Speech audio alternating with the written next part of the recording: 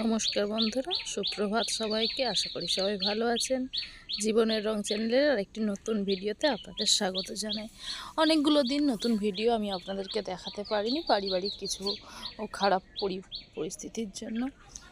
আসলে হয় কি না, আত্মীয় স্বজন কাছের মানুষরা অসুস্থ হলে সেভাবে আর মন ভালো থাকে না, তো একটু থেমে থাকা।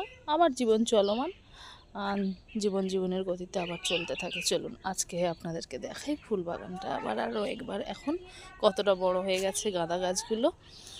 আর এগুলো তো ফুটতেই থাকছে, আপনাদেরকে আগেই দেখিয়েছি। আর এখানে চন্দ্রমল্লিকা অনেক বড় হয়ে কুঁড়িও এসে গেছে ফুল ফোটার আগের মুহূর্তে। আর এখানে ডালিয়া গাছগুলো বসিয়ে দিয়েছি, আর গাঁদা গাছগুলো অনেকটাই বড় হয়ে গেছে, কিন্তু এখনও কুঁড়ি কিংবা ফুল আসেনি। এখানে যে কপি গাছগুলো বসিয়েছিলাম আমি অনেক ভিডিওতে দেখিয়েছি,